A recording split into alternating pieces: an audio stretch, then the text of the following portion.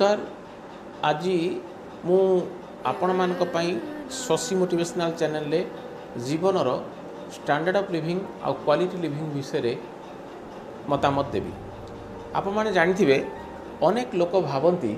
J standard of living कहले कौन बुझा जाए। समस्ते भावती जे मो पाखे गोटे बड़ गाड़ीटे हो, मो पुओ गोटे भल इंग्लिश मीडियम स्कूल रे पाठ पढ़ू, मोर स्त्री गोटे बड़ चाकरीटे करथाऊ एवं आम पाखक प्रचुर अर्थ आसू एवं आमे स्टडी टूर बड़ बड़ फॉरेन कंट्री को जीवू एवं आम सांगे सिक्यूरिटी गार्ड ठार आरंभ करी ड्राइवर पर्यंत समस्ते रही। This is called the standard of living. एवं समाज रे आमर जन्मदिन पार्टी रे शह शह फिल्म स्टार मैंने आसुथिबे एवं शह शह लोक मैंने आमको धन्य धन्य कहते। This is the standard of living बोली वर्तमान भावुथिबे। गाँव रे जेते बड़ घर थाऊ किंतु सहर रे गोटे बड़ घर आमर थिबो एवं से बड़ घरे केवल 2 जण लोक रहउथिबे, स्वामी स्त्री आ पुओ आउ आमर बापा माँ माने जाइकरी गाँव रे रहउथिबे एवं आमे एठी सहर रे अड़ी गाड़ी ठारू आरंभ करी बड़ बड़ चाकचक्य घर भितरे एवं एसी रूम भितरे पसी आमे आमर जीवन शैली को बाछुथिबा। किंतु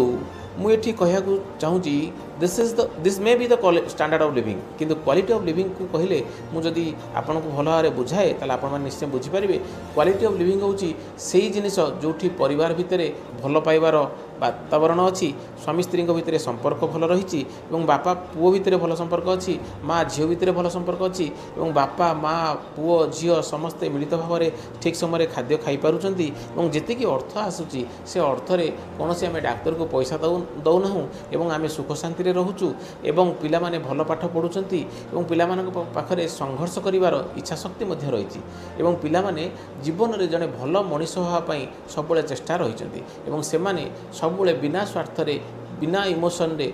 बापा माँ सेवा मध्य करुछंती एवं बाहर देह खराब हेले झील कांदी पकाउची एवं बापांकर देह खराब हेले पुओ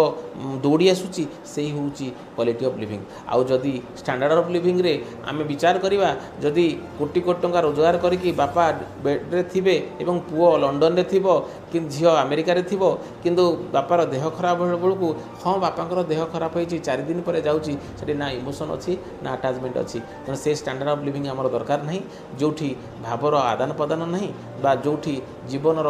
बंचिबार राहा कौन पिला बुझिनी बा बापा माँ बुझी ना एवं 4 चक भितर 4 घर भितर आम समस्ते आबद्ध रही जाइए। आज भी समय अच्छी, आम समस्ते बुझार समय अच्छी जे स्टैंडर्ड ऑफ लिविंग ताको एत्ते बढ़ई दियो ना जहाँफल कि तुम जीवन में दुखर कारण घटो एवं जदि आपण मैंने क्वालिटी ऑफ लिविंग को बढ़ेबे ताले जीवन सुखरे रहिबे। तेणु आप सुखर रहिबे ना दुखर रहिबे से विचार आपणकर।